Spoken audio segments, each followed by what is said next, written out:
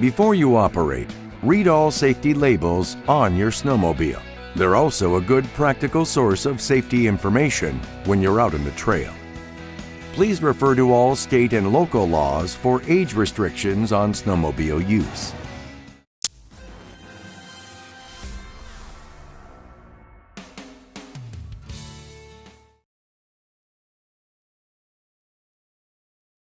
Your top priority is safety, and the single most important piece of equipment is your helmet. It must be DOT approved, and it might also have SNELL certification.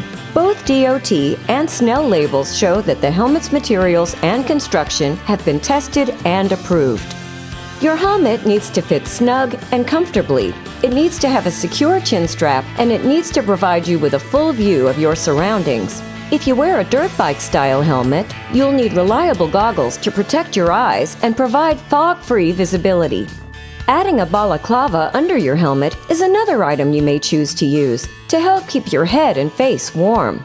Think of it as a sock for your head that you put on before putting on your helmet for added protection from the cold.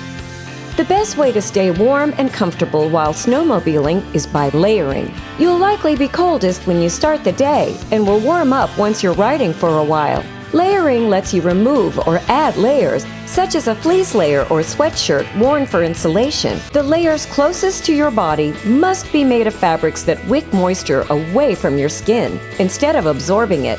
Wet fabrics don't retain heat, so you want to wear moisture-wicking underlayers. The outermost layers need to be waterproof and breathable. This combination will release moist air from body heat to keep you warm and dry. You have a choice of gloves or mittens to keep your hands warm. Just make sure your hand protection provides the flexibility needed to operate the sled's controls.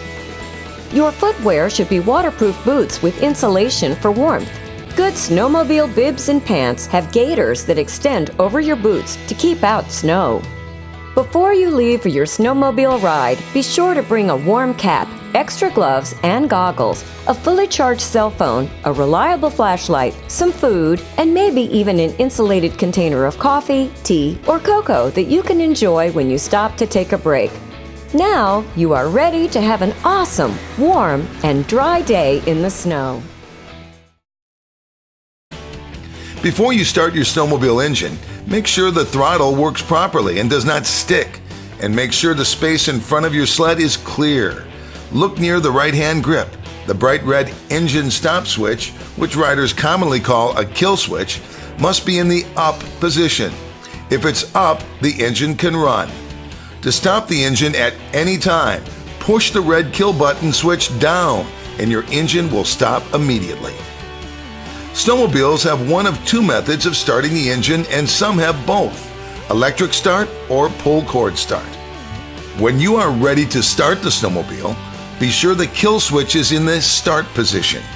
Turn the key to the key switch's start position until the engine starts. Similar to starting a car, your snowmobile has an automatic transmission, so there's no shifting.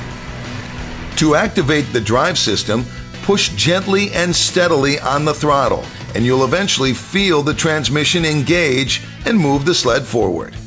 You will quickly get a feel for how to operate the throttle to control the drive system. When you release the throttle, the drive system will disengage and the sled will coast or be slowed by your use of the brake. If your sled has a safety tether, think about it as a second kill switch. The tether must be attached to the sled for the engine to run. Once the tether is removed, the engine will stop immediately. If you have a safety tether, attach it securely to your jacket. If you get off the sled, the tether will be removed from the sled and the engine will stop. Most of today's snowmobiles have reverse, which makes it extremely easy to back a sled out of a parking spot or away from an obstacle. Each manufacturer has its own unique reverse control, so consult your owner's manual and your dealer to understand exactly how to use this convenient feature. While riders in Western North America can enjoy riding in expansive open areas, riders in the central and eastern regions ride primarily on designated trails. If your riding area features trail networks, be sure to stay on those trails and respect landowners' property. To create trails, snowmobile clubs and associations get permission from private landowners to route trails across their property. These landowners can include farmers, businesses, and homeowners. Once permission is granted, volunteers prepare the terrain in summer months. They ensure the terrain and structures such as bridges are safe for riding. They also ensure the trails are free of fences, wires, downed trees, and other hazards. The trails are cut wide enough for modern snowmobiles, and the volunteers post signage to warn riders about hazards, such as sharp turns, steep hills, and road crossings. Come winter, these volunteer organizations regularly groom the snow covering the trails. These designated trails are the safest places for you to ride, and they offer safe, scenic routes from point A to point B. If you don't stay on the designated trails, you are trespassing, and you threaten the relationships between the landowners and snowmobile clubs. If even one landowner denies the club permission to route a trail across their property, a vital trail link goes missing. With the popularity and performance of today's crossover sleds, it's understandable that some riders want to enjoy riding in open areas, and possibly in deep snow. But every rider must go off-trail only in designated areas where it's legal and allowed. Our modern snowmobile trail networks are extensive and impressive. Stay on the trails, respect property owners' rights, and enjoy the ride.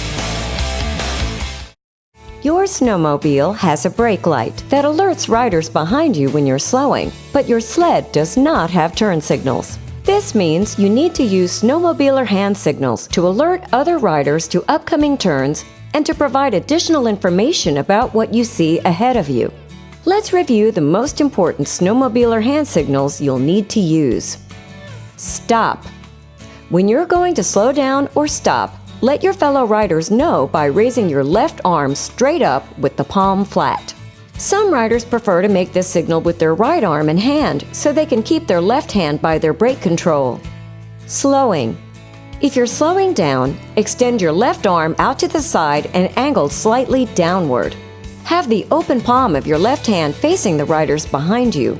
Some riders wave their hand back toward the trailing riders for emphasis, and some riders use their right hands so their left hand can operate the brake if needed.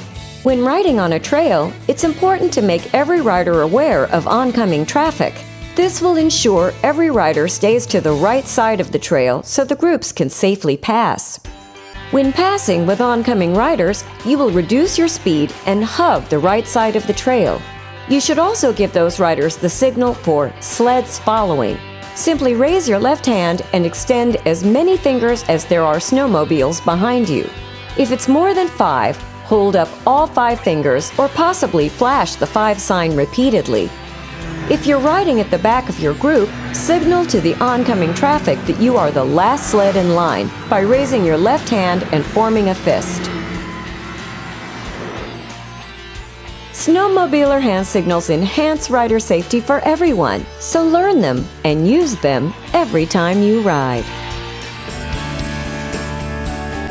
Just as with driving a car, riding a snowmobile while impaired greatly increases your risk of an accident. That's why you and the friends you ride with should follow a zero-tolerance approach, no alcohol, no drugs, period. When you consume drugs or alcohol, your reaction time decreases, your judgment is not as sound, and your motor skills are compromised. Simply put, you're not as good of a rider as when you're sober. You increase the possibility of an accident and put your fellow riders at risk. So ride straight and sober. Enjoy your time on the sled to the fullest. In addition to an alcohol and drug-free ride, be aware of other factors that need to be taken into consideration to support a safe ride. These can include excessive speed, night riding, avalanche risks, and riding on ice. Excessive speed is dangerous, especially on trails, and especially around other riders. You have less control of your sled and less reaction time, and you require greater stopping distance. You're not racing, you're riding, so enjoy the thrills of snowmobiling without reaching dangerous speeds, and remember to respect the posted trail speed limits. Riding at night can be enjoyable, and it can be inevitable with the winter's early sunsets.